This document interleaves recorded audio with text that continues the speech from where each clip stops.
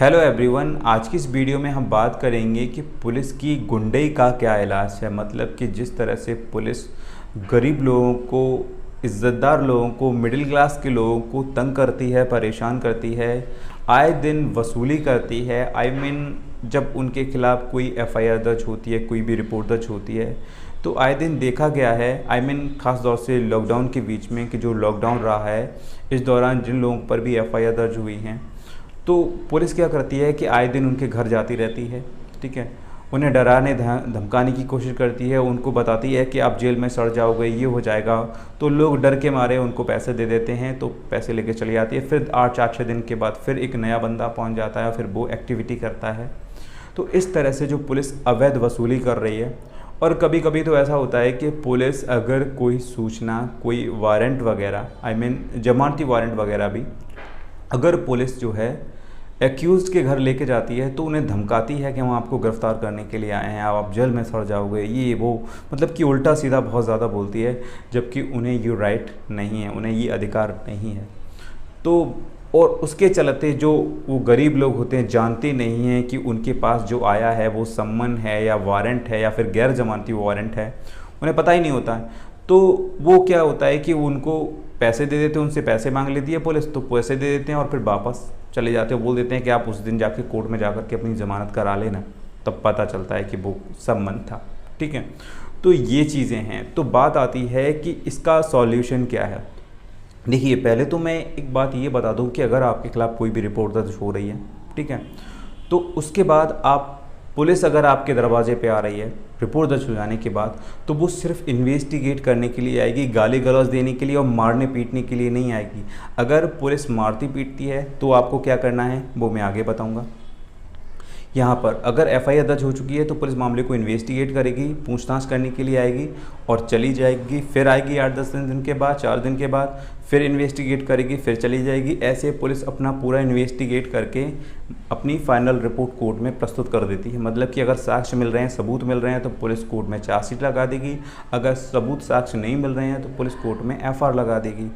लेकिन यहाँ पर देखा ये गया है कि रिपोर्ट दर्ज हो जाने के बाद पुलिस लोगों को तंग करती है, परेशान करती है, गाली गलौज करती है। लोग इज्जत की खातिर, डर की वजह से, जो गरीब लोग होते हैं, अब जो एजुकेटेड नहीं है, वो क्या करते हैं, उनसे पैसे मांग लेते हैं। क्योंकि जो एजुकेटेड लोग हैं वो तो समझते हैं सारी चीज़ों को, जो लॉ के बारे में जानते हैं। लेकिन जो लोग नहीं जानते, पढ़े लिखे होने के बावजूद भी वो डर की वजह से पैसे दे देते हैं पुलिस को, और इस तरह से पुलिस का लालच और भी ज़्यादा बढ़ जाता है और इस तरह से अवैध वसूली होती है। ठीक है, तो ये एक ऐसा चेहरा है कि हमको क्या है कि अगर कोई भूखा व्यक्ति है तो पुलिस क्या करेगी कि उसको खाना खिलाएगी, तो अपना फ़ोटो खिंचवाएगी, जिससे कि उसकी एक मानवीयता दिखाई दे, ऐसा लगे कि हाँ पुलिस कितना सपोर्टिव है, कितनी हमदर्द है पुलिस। ये बिल्कुल वैसे ही है जैसे कि 100 लोगों को मार दिया और 2 लोगों को जीवन दान दे दिया, बिल्कुल वैसे ही है।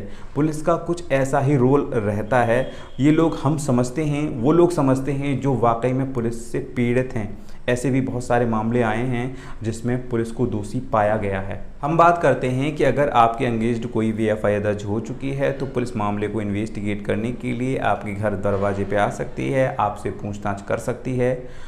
आपको कोई भी पैसा देने की ज़रूरत नहीं है। ऐसे मामले में पुलिस क्या करती है कि अगर पुलिस को साक्ष्य यानी एविडेंस मिलते हैं तो पुलिस कोर्ट में चार्जशीट लगाती है। अगर पुलिस को साक्ष्य एविडेंस नहीं मिलते हैं तो पुलिस कोर्ट में एफआईआर यानी कि फॉल्स रिपोर्ट लगा देती है। अगर फॉल्स रिपोर्ट लग गई है तो आप बच गए, एफआईआर झूठी साबित हो गई। ठीक है, लेकिन अगर कोर्ट में चार्जशीट लगती है तो कोर्ट के द्वारा एक्यूज्ड पर्सन को सम्मन भेजे जाते हैं और सम्मन पर एक्यूज्ड पर्सन जाकर के अपनी ज़मानत करा ले। अगर नहीं कराएगा तो उसके खिलाफ़ गैर जमानती वारंट हो सकते हैं, जिससे कि उसकी गिरफ्तारी हो सकती है। तो ये एक पुलिस को और मौका मिल जाएगा अवैध वसूली करने का, क्योंकि पुलिस उनको गिरफ्तार करने के लिए जाएगी और पैसे लेके, और वो पैसे दे देंगे और पैसा लेकर के चली आएगी। तो ये भी पुलिस का गोरख धंधा बहुत तेज़ी पे है। तो इस चीज़ को भी हमें समझना चाहिए और अदालतें भी इस चीज़ को समझती हैं। लेकिन आप इस चीज़ को ओपन नहीं कर सकते, कह नहीं सकते, क्योंकि आपके पास एविडेंस नहीं है। इसलिए हमेशा इस बात को याद रखें कि अगर आपके अगेंस्ट कोई रिपोर्ट दर्ज हुई है और पुलिस मामले को इन्वेस्टिगेट कर रही है, आपके दरवाजे पे आ रही है, एक्यूज्ड अगर गिरफ्तार है, नहीं है तो घर पे हैं, और पुलिस उनको गिरफ्तार नहीं कर रही है, सिर्फ मारपीट कर रही है, तो ऐसे मामले में आपको उसकी वीडियो बना लेनी है। किसी बच्चे को, किसी को मोबाइल दे दें, जिससे कि पुलिस से जो भी बात हो रही है वो रिकॉर्ड होती रहे दूर से।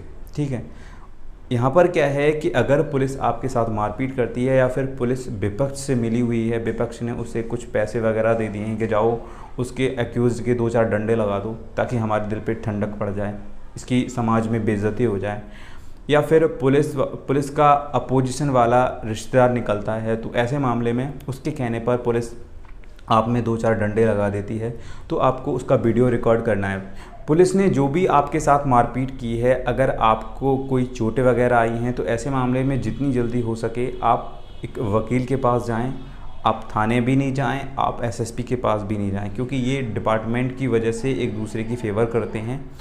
तो मुझे नहीं लगता कि यहाँ पर आपको न्याय मिलेगा या फिर आपकी निष्पक्ष उस मामले पर जांच होगी या फिर कोई कार्रवाई होगी।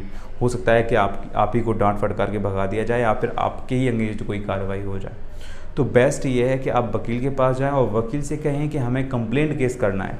आप कोई 56(3) नहीं डालें। ज़्यादातर वकील आपसे 56(3) के लिए रिकमेंड करेंगे कि भाई हम कोर्ट के द्वारा एफआईआर दर्ज करा देंगे। तो जो कोर्ट के द्वारा जो एफआईआर दर्ज हो रही है वो भी तो थाने में जाके ही तो दर्ज होगी। तो इन्वेस्टिगेट करने वाले तो वही हैं, डिपार्टमेंट का चक्कर है तो वो एफआईआर लगा देंगे, झूठा बताएंगे, ठीक है।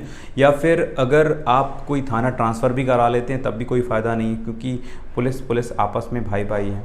तो बेस्ट ये है कि आप कोर्ट से कंप्लेंट केस करें और वहाँ पर क्या है कि आपके पास सारे एविडेंस है, वीडियोग्राफी आपके पास है, मेडिकल आपके पास है, ठीक है, और आप खुद ही उसके मुख्य गवाह हैं। तो ऐसे मामले में आप कंप्लेंट केस कर देंगे तो उसमें क्या है कि आपको खुद ही साबित करना है, कोर्ट में खुद ही आपको सबूत देने हैं, खुद ही आपको विटनेस देने हैं।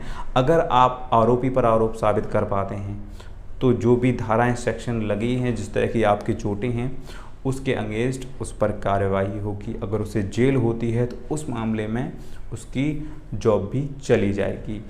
तो ये भी आप समझ लीजिए। So I hope you like this video. अगर फिर भी कोई कन्फ्यूज़न है तो आप मुझे कमेंट बॉक्स में लिख सकते हैं। चलिए मिलता हूँ एक नई वीडियो के साथ, तब तक के लिए गुड बाय।